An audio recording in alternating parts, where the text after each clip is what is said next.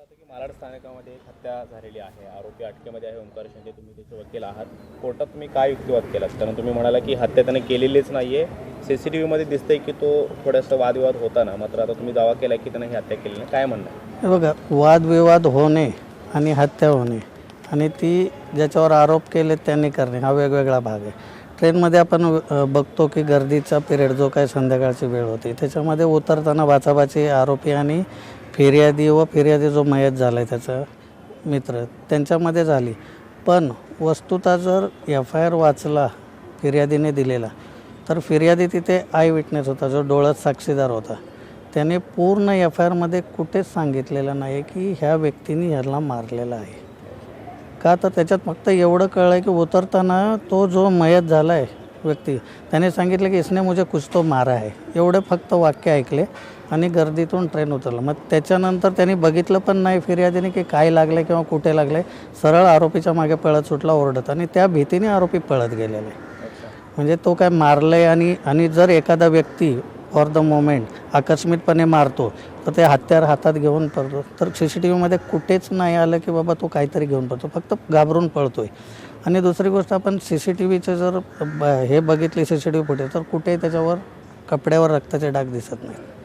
याचा अर्थ असा आहे की माझं आर्ग्युमेंट न्यायालयाला होतं, माननीय न्यायालयाला, की बाबा वाद झाला ठीक आहे, पण गर्दीच्या वेळेला जनरल डब्यामध्ये एखादी व्यक्ती प्रवास करते तर एका घरातली नसते, तर ती कोण कडिया काम करतो, त्याचे वेपन्स जे असतात हत्यार कामाला लागणार ते कॅरी करत असतो, ते बॅग असते किंवा इतर कोण वेगवेगळ्या ठिकाणी ते पॉसिबिलिटी आहे की त्याच्यातलं एखादं उतरताना गर्दीमध्ये मागून फोर्स झाल्याने समोर त्याचं हत्यार आणि ते हे झालं तर ते घुसून लागू शकतं. म्हणजे ह्यांनी केलं याचा अर्थ हत्या नाही नाही आहे असं म्हणत आहे. माझं असं म्हणणं आहे की जर तसं असतं तर ते जे वेपन हे तीक्ष्ण हत्यार वगैरे म्हणतायत तर ते त्याच्या हातात तरी मिळालं असतं, नाही तर तिथेच टाकलं असतं तर फिर्यादीला तिथे मिळालं असतं. म्हणजे ते रिकव्हरीचा काय जर तिथेच पडलं असेल तर ते पंचनामा करतील रेल्वेचा, त्यावेळेला ते तिथून मिळणारच आहे.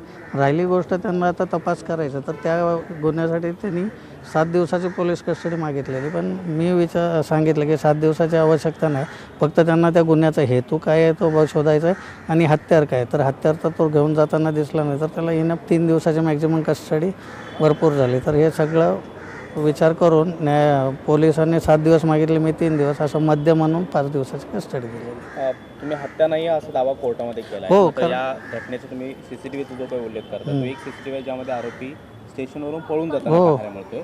याच प्रकरणातला दुसरा एक CCTV फुटेज आहे जो प्रत्यक्षात लोकलच्या त्या प्लॅटफॉर्मवरून उतरताना हो, त्यामध्ये तो काहीतरी मारताना पाहायला मिळतोय. आरोपी जो ओंकार शिंदे नाही, ते हातवार आहे. उतरताना ज्या वेळेला व्यक्ती मागे पुढे होतो, गर्दी असते फोर्स, त्यावेळेला तो माणूस धक्का होतो आणि हात मागे पुढे तो आहे, पण स्पष्टपणे काय मारताना नाही. कारण तो त्यांचं असं म्हणणं आहे की उतरायचं, जर आपण वाचलं त्यांचा फिर्यादीचा जबाब, तर तो उतरच्या अगोदर त्याने सांगितलं इसने मुझे कुछ तो मारा है. जर तुम्हाला CCTV तर डब्याच्या आतमध्ये नाही, CCTV तुम्हाला प्लॅटफॉर्मवर गाडी थांबल्यावर तेव्हाचे CCTV, आणि त्या धक्काबुक्कीत फक्त दिसतंय, मारतानाचं कुठेही नाही. आम्हाला जो CCTV बघायला मिळतो त्यामध्ये उतरताना तो काहीतरी मारताना पाहायला मिळतो आणि त्यानंतर ते जखमी नाही, तो तपासाचा भाग आहे. तो प्रत्येक CCTVमध्ये तोच आहे किंवा तसंच नाही. आता एवढे जण उतरतात काय करतात, तर तो माझं असं मी न्यायालयाला म्हणलंय. लोकशाही मराठी ऐका, पहा, जागरूक रहा.